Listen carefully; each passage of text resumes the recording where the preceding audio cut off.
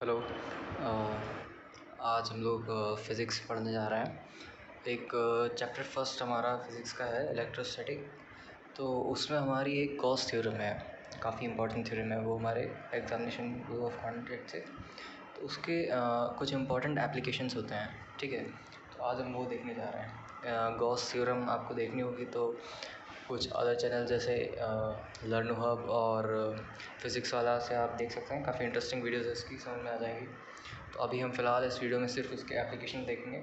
इसके point of view से मेरा भी रिवीजन हो जाएगा, ठीक है। तो चलिए स्टार्ट करते हैं। पहला एप्लीकेशन जो है हमारा वो है to find out the electric field intensity. Electric field intensity at a point due to charge in a linear conductor. Electric field intensity क्या होती है?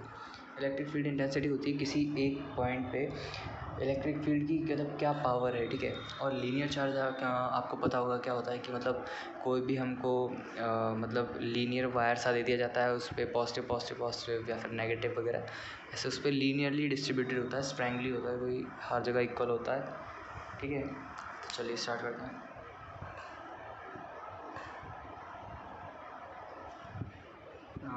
To find out electric field intensity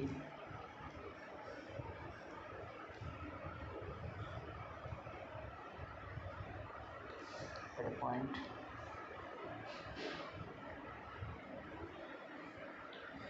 due to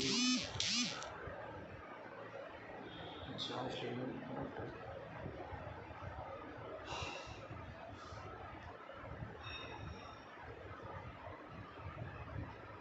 इसको थोड़ा सा concentration के साथ देखिएगा कि थोड़ा सा ये ऐसी इजी चीज़ है, सिंपल सी है, लेकिन मन खोल के बैठिए, देखिए। कोई भी काम वाम हो तो पहले कर लीजिए, क्योंकि टॉपिक ऐसा है कि समझ के पढ़ेंगे तो ही समझ में आएगा, ठीक है। तो चलिए देखते हैं मतलब क्या है इसमें। जैसे इसके नाम से ही आपको पता लग रहा है लीनियर कंडक्टर। लीनियर क्या होती थी कि लीनियर बताते हैं। जैसे कोई हमारे पास एक सरफेस है, ठीक है। ये एक सरफेस है हमारे पास, इस पे जो चार्ज है वो लीनियरली डिस्ट्रीब्यूटेड है, ओके। लीनियर डिस्ट्रीब्यूटेड है, ये एक नाम से पता लग रहा है लीनियर कंडक्टर। एक कंडक्टर जिस पे चार्ज लीनियरली डिस्ट्रीब्यूटेड है, इसको लीनियर कंडक्टर बोलते हैं, ठीक है। अब गॉस थ्योरम में आपने पढ़ा होगा कि गॉस सरफेस होता है, गॉसियन सरफेस इमेजिन करना होता है किसी भी उससे पॉइंट से। तो अब जैसे हमको इलेक्ट्रिक फील्ड इंटेंसिटी निकालनी है।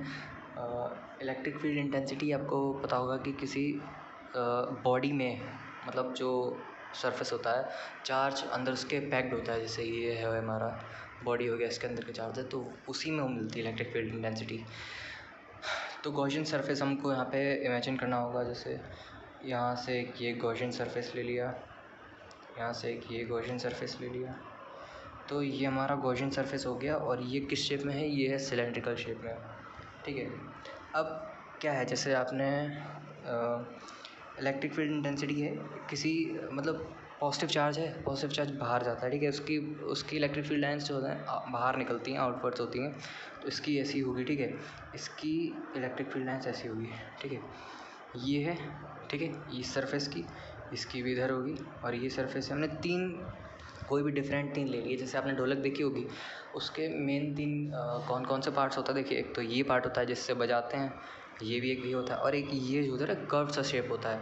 ये तीन पार्ट्स में डिवाइडेड होती है पूरी ढोलक। उसको तीन पार्ट से हम ढोलक भी एग्जांपल इस तरह से लिया क्योंकि ढोलक जो है वो हमारी सिलेंड्रिकल शेप में होती है, और ये भी हमारा देखिए ढोलक शेप में है कि नहीं है, वही है ना। तो तीन पार्ट से हम इसको करेंगे ऐसे हम, ठीक है। इसको पार्ट 1 मान लेते हैं, इसको पार्ट 2 मान लेते हैं, और इसको पार्ट 3 एज्यूम कर लेते हैं, ठीक है। अब इसकी जो ये है हमारी, अब कोई एक एरिया लिया, ठीक है। ये एरिया जैसे ये है, इसका ये ले लिया और इसका ये ले लिया, ठीक है। इसकी फ्लक्स इधर होगी, ठीक है। एरिया वेक्टर जो होता है, एरिया वेक्टर आपने पढ़ा होगा कि perpendicular drawn to a surface, मतलब ये जो सरफेस है, जैसे मैं आपको एग्जांपल दिखाता हूँ। ये है एक हमारा स्केच पेन है, ठीक है। ये हमारा सिलेंड्रिकल शेप में है, ठीक है। ये जो है हमारा पार्ट, ये जो हमारा एरिया वेक्टर होगा वो इसके परपेंडिकुलर इधर होगा। आप कहेंगे कि इधर क्यों नहीं होगा? अब आप देखिए इधर ज़रा, इधर से अगर निकालेंगे तो मतलब परपेंडिकुलर तो होगा नहीं, इसकी कोई और डिग्री होगी। इसके व्यू में देखना है तो इसको अगर देखेंगे तो इसका एरिया वेक्टर ऐसे होगा, ठीक है। वही यहाँ पे भी है, इसका एरिया वेक्टर इधर होगा, ये है, इसका एरिया वेक्टर इधर होगा। यहाँ पे देखिए परपेंडिकुलर डिग्री हो रही, एंगल हो रहा है इसका परपेंडिकुलर, और इसका एरिया वेक्टर भी इधर ही है, इसकी इलेक्ट्रिक फील्ड इंटेंसिटी भी वही है, इसलिए यहाँ पे 0 डिग्री होगा। ओके, तो थोड़ी सी थ्योरी लिख लेते हैं, उसके बाद प्रूफ सॉल्व करेंगे, ठीक है। So let us consider a linear conductor. ये लीनियर कंडक्टर है, ठीक है।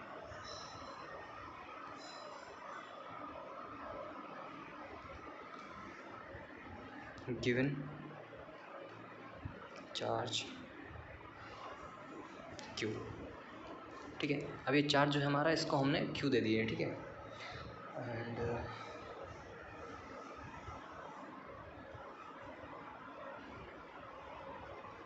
spreaded uniformly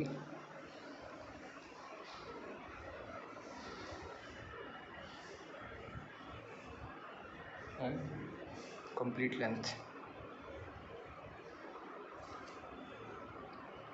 इतने का मीनिंग समझते हैं।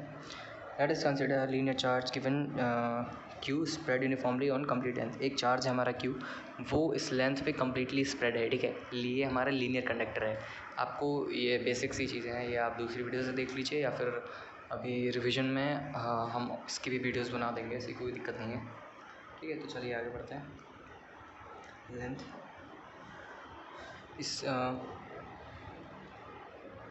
इस पॉइंट को है, इस पॉइंट को चलिए हम P मान लेते हैं, ठीक है। Let P B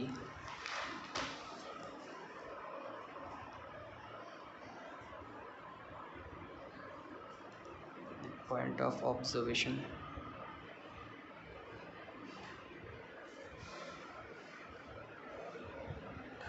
eight distance r. Okay, distance r पे है हमारा।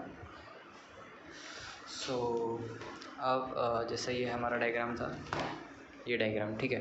तो इससे जो टोटल फ्लक्स होगा हमारा, इसको टोटल फ्लक्स को हम लोग कैसे निकालेंगे? इस पूरे बॉडी का टोटल फ्लक्स कैसे निकालेंगे हम लोग? चलिए देखते हैं। सो थोड़ी सी प्रॉब्लम हो रही है, sorry. The total flux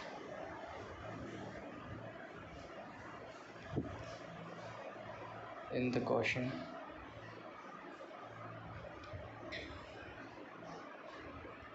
surface will be Gauss theorem की जो मेन चीज़ होती है फ्लक्स, इलेक्ट्रिक फ्लक्स, तो क्या होती है वो आपको पता होगा। Phi is equal to integration E dot d s, यही होती है, ठीक है। अब हमको टोटल निकालना है, ठीक है। तो ये हम अज्यूम करते हैं ये हमारा टोटल है, ठीक है। ये हमारा टोटल निकालना है, ठीक है। तो integration E dot d s is equal to first part का हमारा, देखिए दिखाते हैं, इस वाले पार्ट का प्लस इस वाले पार्ट का प्लस इस वाले पार्ट का इलेक्ट्रिक फ्लक्स। ओके, तो फर्स्ट पार्ट का इलेक्ट्रिक फ्लक्स हमारा क्या होगा?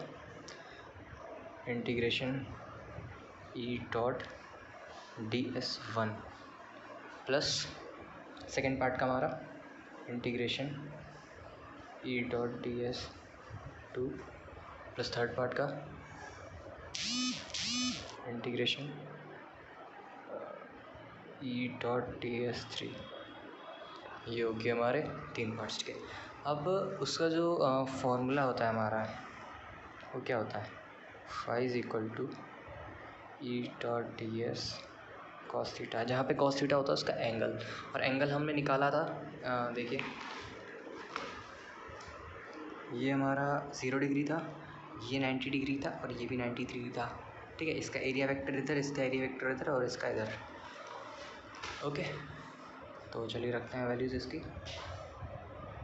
Integration E dot d s equal to integration E dot d s 1 cos theta plus integration E dot d s second cos theta plus integration E dot d s third और cos theta. Okay, सबकी values put करते हैं। cos theta की value put करेंगे, अभी ये solution आ जाएगा हमारा। फर्स्ट वाला जो था हमारा, देखिए फर्स्ट वाला, इसका एंगल 90 डिग्री, ठीक है। सेकंड वाला याद कर लेते, ठीक है, कौन कॉपी बार बार मुड़ेगा। फर्स्ट वाले का 90, सेकंड का 0, थर्ड का 90। ओके, फर्स्ट वाला 90 degree, integration E dot d s 1 cos 90 plus integration E dot d s, second वाले का 0 डिग्री था, cos 0 plus integration E dot d S cos 90, इसका थर्ड वाले का भी 90 डिग्री था। अब cos 90 की वैल्यू जो होती है वो हमारी होती है 0, ठीक है, और cos 0 की वैल्यू होती है वो हमारी 1 होती है। तो ये हो जाएगा हमारा पूरा पार्ट 0, ये हमारा हो जाएगा integration E dot d S, और ये भी हो जाएगा हमारा पूरा 0। ओके, तो ये हमारा जो टोटल फ्लक्स है वो हमारा ई डॉट डी एस के बराबर निकला, ठीक है। तो हमारा इसको डायरेक्टली लिखते हैं, ये हमारा 5 के बराबर होता है। ओके, ये हमारा गॉस थ्योरम होती है। इसका और आगे रखेंगे, जैसे integration E dot d s equal to q upon epsilon naught, ये होती है हमारी गॉस थ्योरम। ओके, ये हमारी गॉस थ्योरम होती है। तो integration E dot d S, ये हो गया हमारा D S, D S D S D S, याद करिए डी एस क्या होता है हमारा, अरे curve surface area of the cylinder होता है 2 पाई आर एल। ओके, इंटीग्रेशन जब हम करेंगे तो E dot 2 pi R L, okay 2 pi are L, और ये होते हैं हमारी Q upon epsilon not, Q upon epsilon not होता है हमारा Gauss theorem. Okay, q upon L, तो is equal to q upon 2 pi epsilon not r L, और आपको पता होगा क्यू अपॉन एल होता है हमारा लैम्डा, लीनियर चार्ज डिस्ट्रीब्यूशन का। ओके, तो क्यू अपॉन एल, तो इसको हम लिख सकते हैं lambda upon 2 pi epsilon not r, where E is inversely proportional to r. ये हो गया हमारा एप्लीकेशन। Okay, thank you.